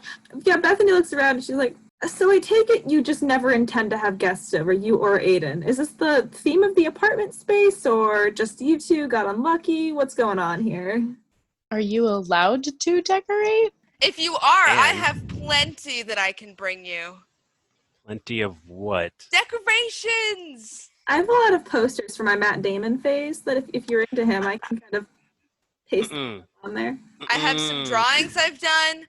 I have some really great rocks that I found in the backyard. I found a stick that looks just like an antler. A live, laugh, love sign would look really good in here. Actually, I could use those rocks. You Wow. Felicity, for I'm the on it. first time in your life, someone has asked you to share your rocks. that is Finally, character my development. new mission. Mhm. Is to bring Hugo all of the cool rocks that I find. I'm gonna whisper to Ghosty, and I'm gonna say, Ghosty, you heard the man. Go, go, go. And I'm sending him to go get a rock. All right, yeah, he kind of just like stands up straight, gives a little salute, and hops off your shoulder, I'll salute and then back like, to him. yep, and he like jumps, and his last jump is like bigger than the rest, and he just shoop through the wall. You'll have some rocks soon. Aidan is sheepishly like scratching the back of her head. I just don't. Things are like a human thing. And she gives Hugo like a kind of a strange look, like, where is your stuff, man? I would also like to point out that they're also a demon thing, considering that Damien was all about things. I don't understand that one. And I mean, that's saying something, I guess. And she kind of looks at you, Hugo. What did you make of him? Definitely inimitable. It's the best way I can describe him. And he's going to actually go over to a cabinet underneath the sink, pull out a drawer, and he's going to take out a miniature that looks kind of like a guy in a suit. He's just going to place it on the table. So do you play like D&D or something? I poked the miniature. Sure. And he's going to open up the drawer a little bit more, and you see just a bunch of various miniatures that look like people, different types of creatures, some landscape pieces. I immediately look for myself. I want to see if I'm important enough to make into miniature form. I had the exact same thought. I thought about that too. Yeah. There's a Go. lot of things there. Are there miniatures of these specific friends Can I / roll to look? acquaintances? Can I roll to look for my miniature? Investigate a mystery. Investigate a mystery. Oh no. If you roll high enough, you'll find everybody's. I actually want to do this. There are some unpainted ones that definitely look like they could be. Yeah, I got a 6, so I can't find much. I Can got you mark experience? Yeah, can I mark experience for that roll? It's a fail. another 12. Felicity. Bethany is looking through the drawer, and you're like, oh, good idea. And you go over, and it's almost like you don't even have to look. You just reach in, and you pull out a figure, and on the bottom, it says sorority in like the printing of it, and it looks kind of like Bethany. Do I see the sorority written on the bottom? You pull out another one, and it has conspiracist, kind of like Raven, and that's a Raven. You take another one out, and this one's obvious. It has wings, and it just has celestial, but then like in a bit of tape on the bottom, because this one's painted. It says Aidan, and you like put that on the table next to the guy in the suit. And then the last one you pull out is yours, and you can tell it's like half painted, like the red hair is there, but nothing else, and it's just question mark.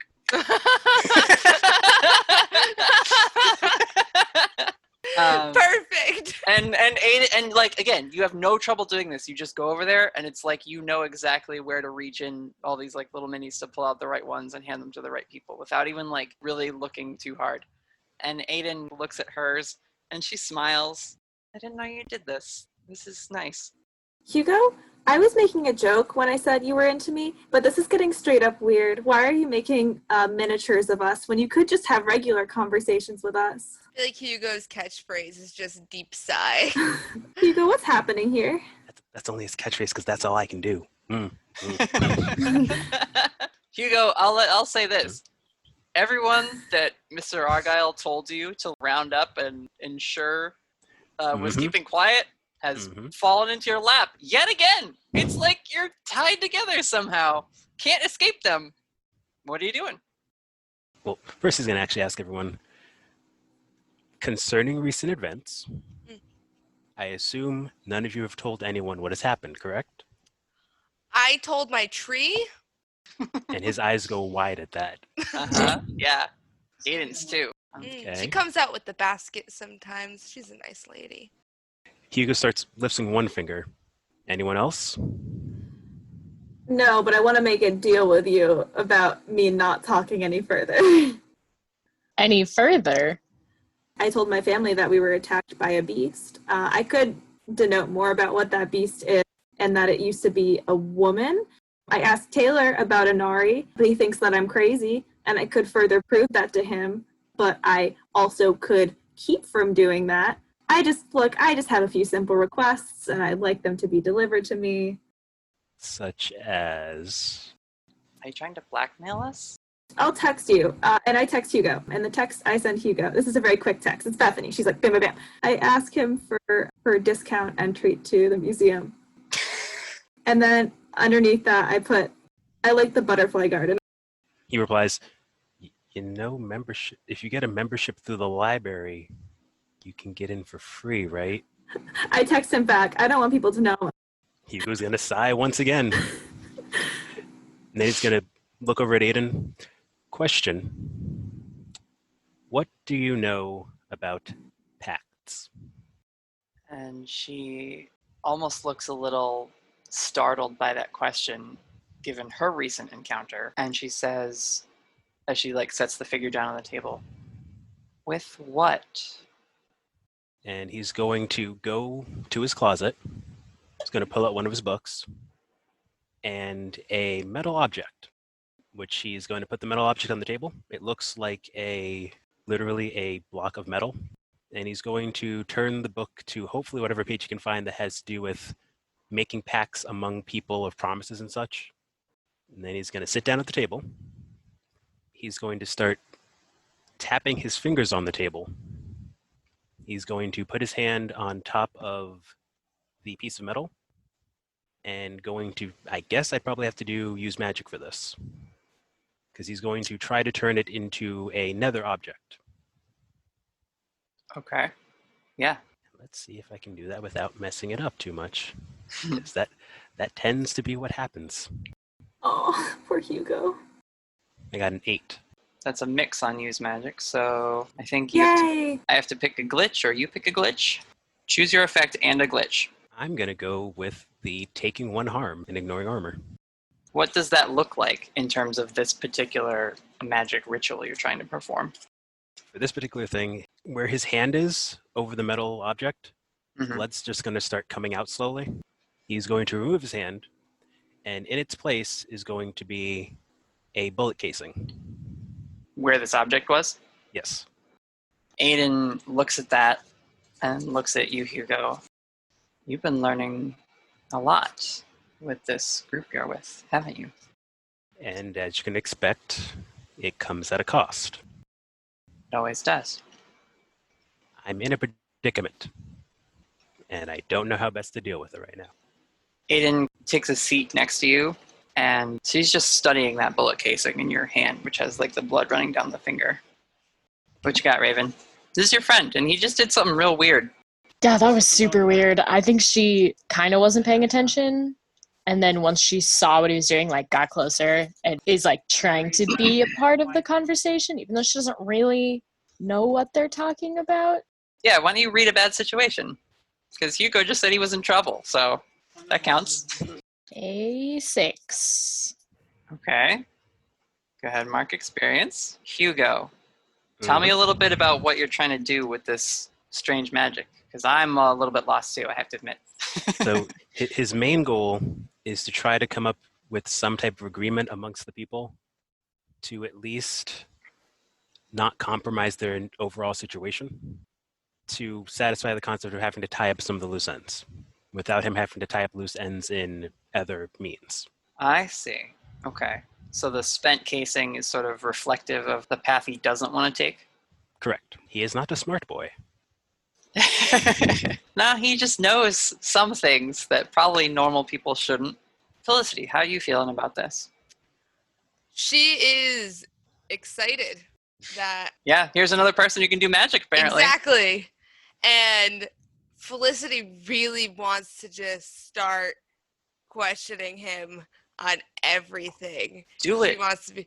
Hit him with a few questions. I think we need some questions from our normal people to get this conversation rolling a little bit. So, do you see them too? You could do magic. Do you see them? The little thingies? Yeah. I saw them once. We were back at the dojo. Oh, you mean Ghosty and Tom? What other thingies? Oh, they're everywhere. So you don't see those ones too? When she says that, we get a quick clip of like outside the apartment, and there's a strange little like monkey creature, but it's got like a mane of fur that's like crackling with electricity, and it's just sort of running along electric pole wires and like chewing on him a little bit, like running. And then we jump back into the room. It's just they're everywhere. That, like, yeah, they're all around the place. Raven's glancing around because she's seen Ghosty and Tom before, so she's like trying to see if she can spot any of these thingies. You're not picking up anything. I figured she wouldn't, but if they're everywhere. Yeah, no, she should definitely be glancing around. Aidan says, I think she's asking about the site, whether you can see the spirits that make the world their home. Not in the slightest.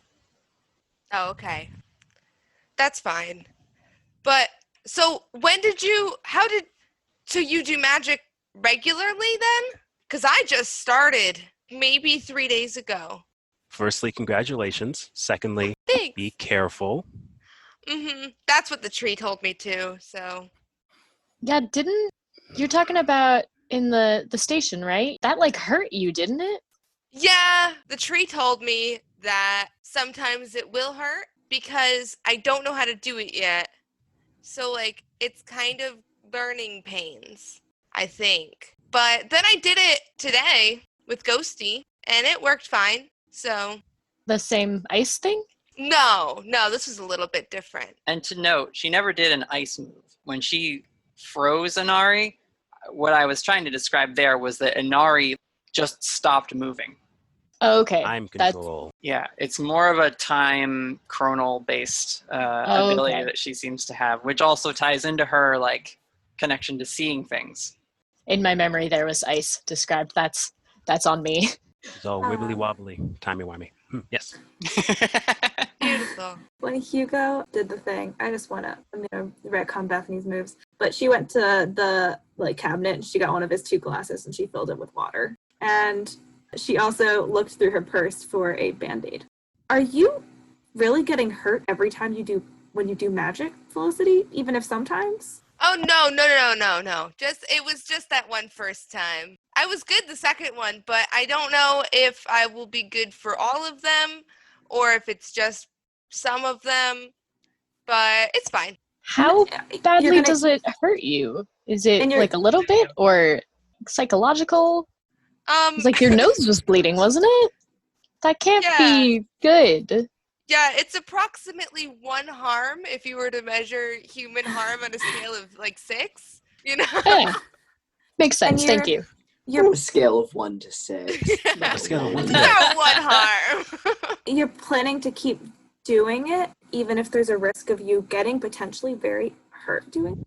Well, if I don't try, then I can't really get better at it, right? That's a fact. Aidan nods too, and she says, when something isn't naturally magical like humans, magic is like a muscle, I guess. If you don't use it, you lose the ability to tap into that strength. The more you use it, the more incredible things you can do with it, but the more dangerous it is because you're harnessing more of this very dangerous and powerful source of energy. Yeah, but when you're learning to build muscle, you have to make sure your form is correct because your goal is not to get injured in doing that because that can lead to lifelong severe injuries. Felicity, do you have somebody helping you learn this stuff? Because we can't be advocating for you to get hurt because you're trying to do something that it seems like Hugo can do, this deity girl over here can do, and the fucking demon can do. I don't think are we really all just gonna be okay with that? Like, is this the world we live in that we're like, oh, if it's magic, it's okay to be kind of hurting yourself over it? No, I totally agree. You should not just try that on your own, Felicity. At least have me or Hugo there. Yeah. Do you know the tree, Aidan? Do you know the tree that I'm talking about? No, I don't know any trees personally. Oh. I know that there are tree spirits, but I don't have a strong connection to any particular tree, no. I'll have to take you to meet the tree sometime because I feel like she's teaching me pretty good too. Yeah. When Felicity said, in response to having someone nearby, could Raven tell if she was actually agreeing or if she was kind of yeah, sure, I'm gonna stick with my tree person? Could she tell that she was kind of lying to Aidan, or if she was sincere? She's thinking about it. Okay. Not 100%.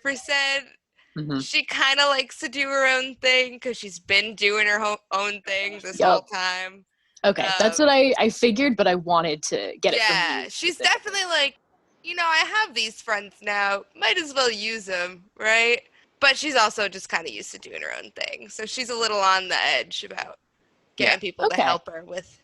Good to know. Yeah. Aidan kind of looks back at you, Hugo. So if you're in trouble, how can I help? The best way I think you could help is by making sure that no one else finds out the stuff that we know. She nods and looks at the other 3 of you. And Felicity, if you need help, I can try to, I can't believe I'm saying this, offer some amount of assistance. Remember what I told you at the dojo? Oh no.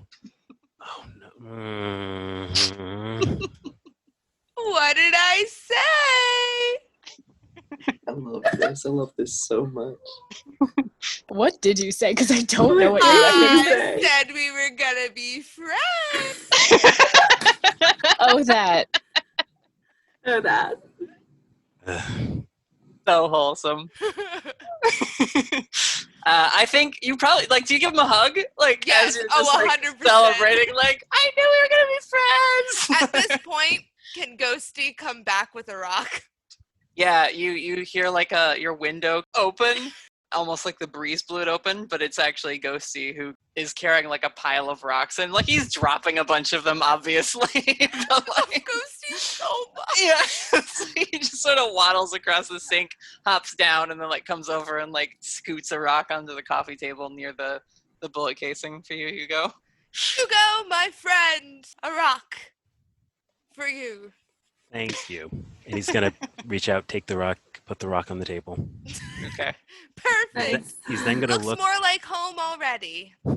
He's gonna look directly at Bethany and then directly at Raven, making as much direct eye contact as possible to see if they're at an accord, if you will. Aidan, seeing you giving them those looks, picks up on the vibe you're putting out there, and she reaches behind and like into her hair a little bit, and then pulls out this long white feather and also sets that down on the table. Raven's avoiding eye contact. She's just generally uncomfortable with it. I nod and I like hold up my cell phone to make sure that Hugo is kind of vibing with the deal that we have. Yep. And then I send Hugo something, and I will tell you later what that is. And I text with it that you have my word in the only way Bethany does word, which is mutually assured destruction. Okay. Aidan sees that they're having their exchange, and she gets up and goes over to you, Raven, and she puts her hand on your shoulder. If you are uncomfortable, you can just leave. I wouldn't force this life onto anybody. No, I'm staying. It's a lot, but I am not going anywhere. I'm here, I'm in this now. And I'm okay with it. She nods. Okay. And gives you like a quick hug and then like looks over at Hugo with like her arm around his shoulder like, you got a crew now, buddy. Hugo's gonna go over to the book. Just gonna close it back up. Don't think we're gonna need this just yet then. He's gonna put the book back. And then he's gonna go over to Raven. Just wondering, what happened to your blog, by the way? I tried to look at it this morning. You can thank Agent Whittaker and his organization for that. They have temporarily suspended it. He thought that I would be shouting it out to the rooftops what happened to us when I did not and had no intentions of doing so. But I understand it was to protect themselves. So hopefully it'll be back up and running soon. And as you're like, saying this, Raven, there's the Agent Whittaker shut it down. And like, I think Aidan and probably Felicity and maybe Bethany too are all just like, what? And we will cut on that and jump back to our beloved agent. Thank you, Hugo, for that transition. Very, very good. We cut to a close-up of Damien's face, looking giddy and ecstatic. And we just sort of pull away slowly from that. And it's his head, but then like the rest of his body is like the slimy goop puddle. And there are lab techs like running around, like taking samples and like asking him like, could you please put a tendril onto this like pad or whatever? You're just like giving fingerprints basically, but like obviously not. The lab of the Eastey organization is a hum with people just losing their minds because they have a living demon here to examine. And not like any and Damien has so many living humans to examine. This is great. Yeah. They're doing all sorts of things. Yep. It's fascinating. And so like while he's just having the time of his life there, we see outside behind closed doors, Agent Whittaker, you're there with Olivia Eastey, and she's just kind of like biting her finger like, waiting for him to like sprout fiery wings and destroy just the whole something, lab. you know, she's just standing there pensively, just, I can't believe this is our situation right now. I know. Whittaker's kind of the same, like he knows Damien enough now that's not Damien's game. Like Damien's not going to do that. He can predict, but he's still like, he's still watching. He's kind of had his eye on Damien for a while now, just always keeping a lookout. Yes. And while this is all happening, Damien, a woman with hair sort of similar to Felicity's, a little bit less volume, but blonde and very curly. And she's also got like big round glasses, but a much like thinner face and body type, but she's in a lab coat, and she seems to be like giving direction when people come over to ask her questions and whatnot. And so she comes over and she says, yes, so hello. My name is Elizabeth Vines. You can call me Lizzie. Sorry, I'm a little nervous. Never talked to a demon before. This is very exciting. Are you excited? You look excited. And she's like I'm talking excited. a mile a minute. Yeah, this is fascinating. That word doesn't even begin to describe. Listen, we have in Agent Whittaker's reports that you are a demon of envy. What is that about? Can you describe the structure? Blah, blah. And she like starts questioning you about like the hierarchies of hell and like, what the hell's going on with that. Literally. I mean, Leviathan is basically the one I would report to. Tell me, what is the structure like here? Like, do you guys have like a lot of agents and a lot of science people? Do you all report to one person? Like, who's at the top? Well, there are the Eastey family members, and they all have a controlling share in the company, but they tend to have meetings amongst themselves to decide on matters that affect the rest of their employees. And so we're sort of run by a council, a sort of group leadership system. Gotcha. Yeah, we were more like warlords fighting amongst ourselves. It was very different. I like this, though. I like I want that. I want a whole bunch of people, like a council, like a party, an agency, a group, a team. That's what I want. That sounds great. Cooperation. Oh, interesting. And she like can't seem to process like how agreeable you're being. Right? Like she has all these expectations, and like she's clearly crossing off a lot on her list and like writing down little notes in the margins and stuff. And so at that point, Damien like flips out, and he's got like a pen and like a little pen and a sticky note, and he starts writing furiously. And at that point, like a machine in the back starts like printing a bunch of data all at once, and it's like making a lot of noise. And the lab tech next to it is just sort of like, and he's like, Miss Vines, I'll be right back. Excuse me. And she runs over to that room or that part of the lab and starts like examining the papers, and it's like it keeps printing.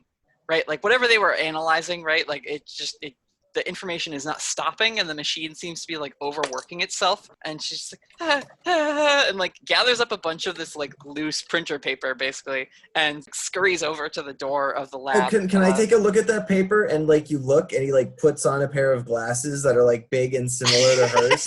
I want to see those papers. No, don't take them. No. Yeah, and someone else like comes over to catch your attention so that you're not like drawn away from the examination table or whatever.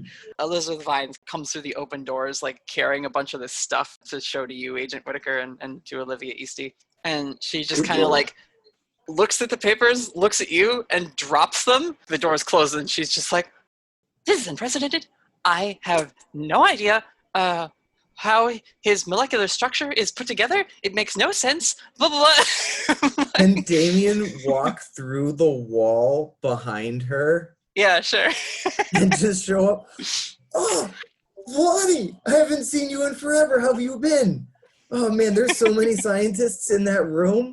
I just had to come out. It just seemed like the right thing to do. She had all those papers. Isn't this great? You might want to get back into the room. I don't think they're done with you. Yes, just talk to one of the technicians. I'm sure they have samples to take. That is, if you're okay giving a little more samples. We haven't performed a spectral analysis. Talking out in the hallway, it's the place to be. You guys look so cool in your suits. I should have brought mine. Sorry, they haven't really been getting clothes for the examinations. Yeah, you're like sort of slowly forming back into a humanoid shape at this point. But Olivia is like picking up the papers so that the goo doesn't get on them. Yeah, Olivia like, looks at Damien, gives you a look, Agent, and just kind of signs like continue. And she says, actually, Mr. Edgecrest, I've been meaning to give some samples myself. Perhaps you could accompany me. She goes back into the lab, hoping that you'll be, because now she's giving samples. So I mean. Yeah, guys, I'm going to go back to the lab. Catch you later. Listen. Aidan made that comment, man, I don't understand Damien. But honest to God, he's like the simplest fucking thing in this whole show. Yeah. It's amazing. It's honestly amazing. It's so easy to vibe with Damien. It really is. So yeah, you see Olivia like getting into one of the like chairs and just sort of like talking to one of the lab techs, and they're like, "Miss Eastey, what?" And she's just like, "Just take my blood." Like, please do this. He's like, oh, okay, and he like goes over, right? So like, Damien, you sit down, you start chatting. My turn. Yeah. She's like, just one moment. And she's like getting the like tourniquet put on her arm and stuff. Which I feel like when they go to do that to you, your arm just kind of like gets cut off by the tourniquet, and then like slops down and kind of forms back into you, and then regrows. Outside the lab, Vines, as you know her, is still standing there, and she's just like, "Where did you pick him up?" You know the I know this isn't really your field, but you know the burglaries that happen on the West Coast? Those were him. Those were all him. All of them. All of them. And she is shuffling through the papers and like some of her notes. She's like, it makes sense. His power set is almost perfectly suited for that sort of job. Yeah, what exactly are you picking up in there? And I'm like looking through the notes, but like Whittaker clearly does not. Yeah, know it's what all any of this graphs and means. like charts with like big scientific words on them, Yeah. which I'm not going to pretend to be able to like come up with on the fly. But Vines, essentially, she talks to you and she says, I mean, the signature is demonic. We've tried some of the the blessed weaponry in the arsenal on the samples that he gave us initially, and it does react. But as far as any sort of power level, we're not talking about a lot. It's almost like he isn't there materially. It's probably why he can phase through the walls and everything. It's like he chooses where, when, and who to be, whatever he wants on a whim. Sounds about right. Now, Vines, it sounds like he's going to be sticking with me for some time. And do you have any holy weaponry you could let me borrow? Because as much as I trust myself to handle him, more than once he's attempted to use he's got some sort of manipulation magic of some kind, and I need to know that if that ever happens again, I have something effective to shut him down with. I can certainly look into getting you some sort of reliquary or equipping your standard ammunition rounds with some holy water blessed projectiles. That would be very useful. Thank you. She gives up on trying to hold all the papers and just sort of like I'll take those for you. I can. Yeah. Thank you. Yeah. And she just kind of like brushes her coat off, but it's just like a nervous gesture, and she like scratches her head. She's like, are we really gonna make him an agent? And you see inside the room, Olivia Eastey is like hesitantly like shaking a slimy tendril of Damien's. Like she's probably just agreed to something. You know, there's no rules that say dogs can't play basketball. So. Right. Movie night a month ago. Yeah. Honestly, an inspired film. Yeah. They don't come up with stuff like that anymore. They really don't. I mean, he kind of looks like Flubber, doesn't he? Oh my god, you're right. Yeah. Put that in your notes. Damien. When Olivia is sitting there and she's giving blood and just sort of keeping you occupied, once the lab tech draws the blood, she grabs his arm and subtly just sort of takes the sample out of his hand.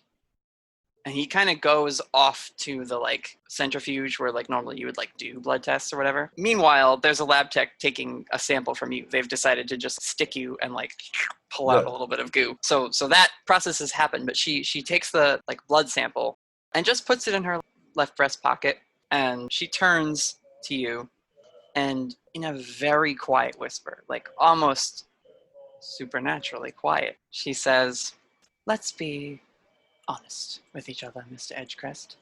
And you reach out with whatever like sense that like you have being a being not of this world, and you pick up on an aura surrounding Olivia Eastey that you hadn't felt before because you weren't really paying attention. You were still caught up in the like excitement of being here, being an agent finally, getting involved, and you don't sense from Olivia Eastey the same sort of like vibrant life energy that normal people give off. Every other human you've met, and even Aidan, has this like aura of vitality and life. It's how you do your life drain ability. But when you reach out with that sense on Olivia, you get nothing. It's almost like you rebound against a similar like life draining aura from her. And she says, I'm doing my best to keep our world from interfering with theirs.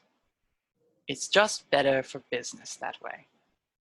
I'm sure a creature like yourself who wants and needs to get away with wanting and taking what they need to survive can understand why there should be a level of discretion. I've looked at your work, and she has like her phone up and is flipping through the different cases where you were stealing and like taking things and swapping them and stuff. It's an impressive resume, I must say. I'm willing to let you into the organization. You can be Agent Edgecrest, but you need to know who's calling the shots around here. What do you say?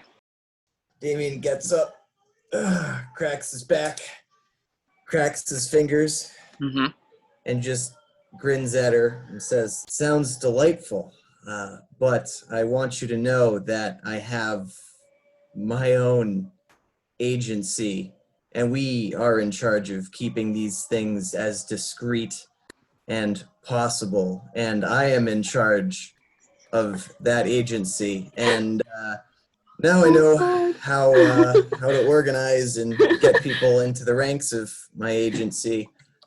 So thank you very much for that. I really want to own my own agency and just be in charge and all that. So this is great. All right. So and we're in charge of the discretion. Yep, and she nods and she says, right. Well, pleasure speaking to you, Director. And she winks and extends a hand to shake your hand. You too, Director. So good. It's so fucking good. And I have enjoyed working with Lonnie. If you ever need to send any sort of emissary or diplomat between our two agencies, we can always count on him. I think he'll be quite eager to form a cooperative partnership.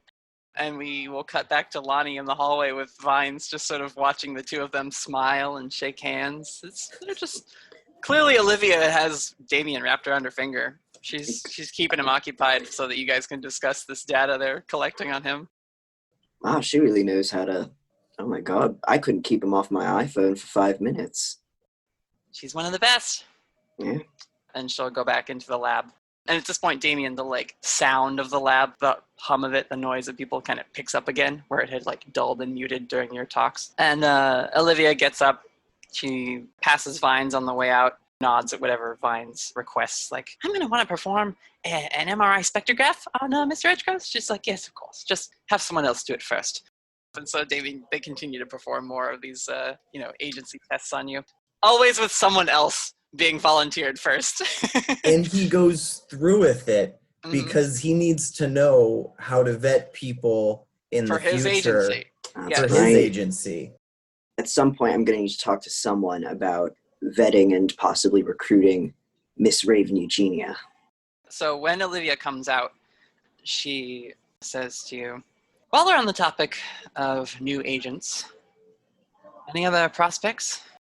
Of the group in question, not only was Miss Raven Eugenia completely aware of everything going on, she runs the blog. I think she would actually be quite an incredible asset, and she's actually not that bad of a fighter herself.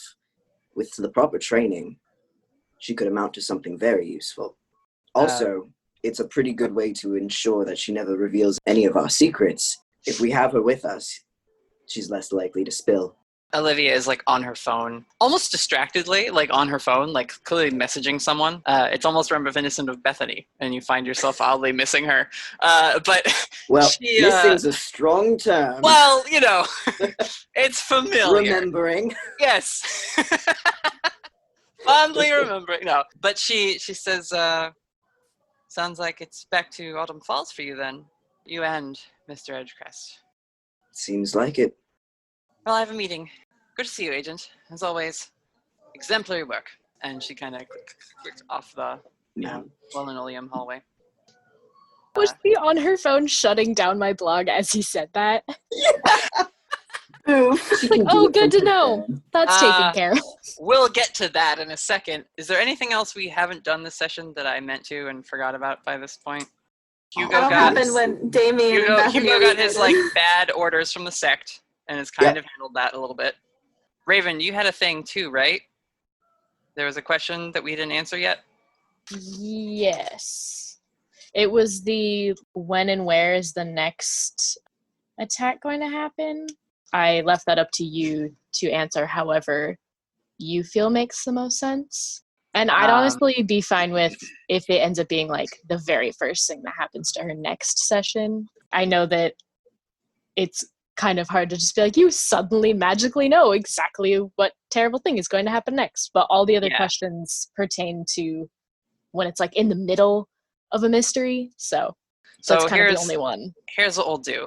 I'm gonna use my favorite technique, which is montage. We slip back to Hugo's apartment where you guys have all sat down. You maybe ordered some food and like have begun talking about like steps forward, what you're gonna do next. Raven, you probably get a third email from Agent Whittaker. If you're interested in joining the agency, we'd be happy to have you, kind of thing. Strongly implying you should join. Yeah, like I've talked to my superiors. They think there's multiple opportunities for you, given your vast experience with the supernatural. Like, so you don't even have to write a cover letter. Like, easiest job get ever. You get a job offer, Raven, with this agency. Meanwhile, I think Hugo, do you get into like anything else that you want to like reveal to this group yet, or are you kind of holding on to that for now? Probably holds on to most of it. Starts explaining a few extra things to Felicity.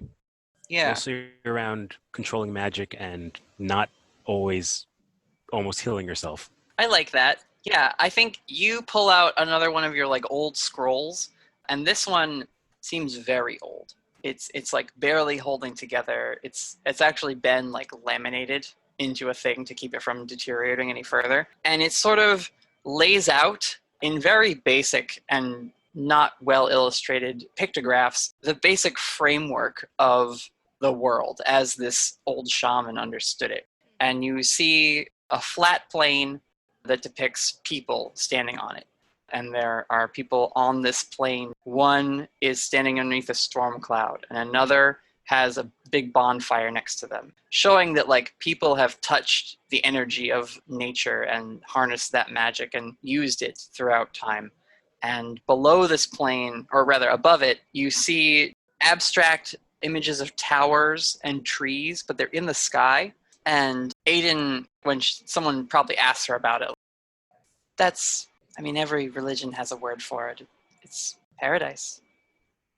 And when she says that, her eye kind of trails to below this flat plane where you see just skulls and death and fire and wind. And there are different illustrations of like beasts. And that is where Damien's from. And she says, humans have come up with names for it, but hell isn't really accurate. It's the place that is apart from everything else. That's this. And she like draws her finger on the line. But you see there are animals and what looks like maybe depictions of spirits on the flat plane. And they're right on the edge. And you see monsters reaching up with hands to touch where those animals are. And she says, that's where monsters come from. I don't know what Damien's doing here, but normally when something like him shows up, it doesn't stay long. It just warps something and then lets that thing run amok, like an Ari. They shouldn't be able to be here themselves, not without some sort of very powerful breach in the barrier. And so you're kind of left with that. Raven, you get the email from Agent Whittaker. Felicity, you're sitting there and sort of learning a little bit more about like the structure of the world that you're now a part of. Can Hugo do another thing? Yeah. Can he give to Bethany a museum donor's card? Sure. Bethany, do you like leave early or do you stick around for this sort of metaphysical exploration of magic and whatnot? I think while this metaphysical conversation, as it starts, Bethany kind of taps Raven's shoulder. Can I pull you aside for a sec? Yeah. What's up? I kind of like gestured outside because this is like not a conversation I want disrupting, especially if it gets like angry. Sure. She'll follow her. We don't have to be friends, but even if we never talk again, can we just have like some sort of like truce? I don't want to have to deal with trying to fight you all the time. If we're keeping a secret like monsters, I don't really want to be also trying to kick your ass constantly with my words. I agree. I think that's fair. Cool. We can just agree to not talk to each other ever again, but I just don't want to feel like I have to fight you whenever we're in the room. I don't think never speaking to each other counts as a truce. I think we're both adults. We can have conversations and we can be, civil with each other. I'm okay with that. I don't feel the need to fight you at every turn. I think we can be okay if you're okay with that. Yeah, I'll ask you if monster shit comes up, I guess. I don't know. Yeah, I'm not saying I want to be friends, but you don't have to feel like you have to ignore me. We can just be cool. That's fine with me. Let me also clarify, I didn't say I wanted to be friends. I didn't mean to imply that. I'm just saying that there doesn't have to be like weird silence. We can be just two people who know each other. And that's followed by a weird silence, and you both kind of look back into the room, and I think, Felicity, you're just sitting there with, like, Ghosty, like, in your lap, just kind of smiling, like...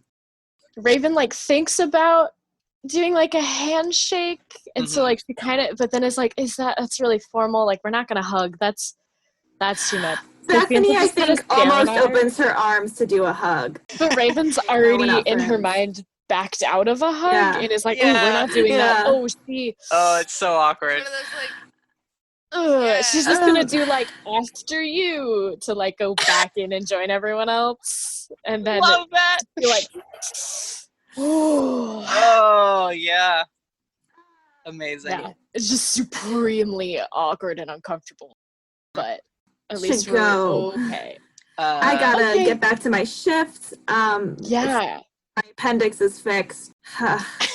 Man, the wonders of modern medicine. I do finger guns. Yep. Bethany finger guns away. Raven kind of finger guns back into Hugo's apartment. I'll let him know that you're taking off. I can bring Felicity home. Thank you for. That's cool, you. Thanks, associate.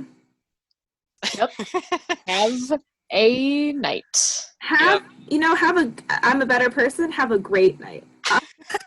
Finger gun support. I kind of laughed. So it's a joke, but like it's awkward.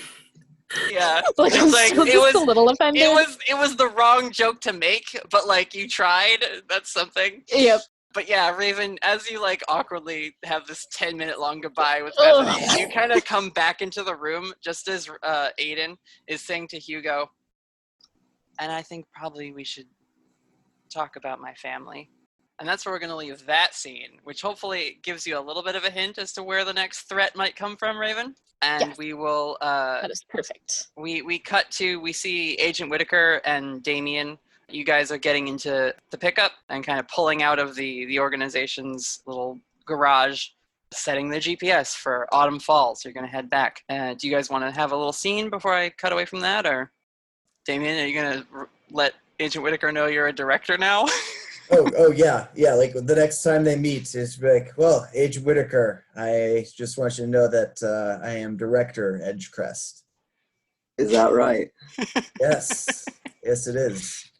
Director Edgecrest. Yes. Director of what exactly? Of the Edgecrest Agency, of the course. The Edgecrest Agency. Of course.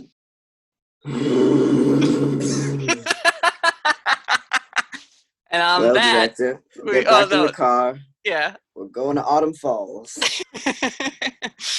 So you both hop in, and like, Damien, now that you're a director, why would you drive yourself? Exactly. You have people to drive you everywhere, so you don't ask to drive the car this time. But you guys drive away. It's a little rainy, and we pull in on the rainy window of Olivia Eastey's office. And she's kind of standing there, and she's on the phone, actually. Like, she's watching you go, but she's, like, talking to someone. And she turns and she says, yes, there's been a development. I think we should talk. Yes, the whole family. And as she's, like, walking through her office, we pan up, and we see this old oil painting. And there are figures seated there. And we zoom in very slowly to a woman in a tall-necked Victorian dress who looks remarkably like Olivia Eastey. Dun, dun, dun. That's where we will end tonight. Oh boy. Yeah, I love it. This game is amazing. You guys are amazing. And I can't wait to keep coming up with something for y'all to do.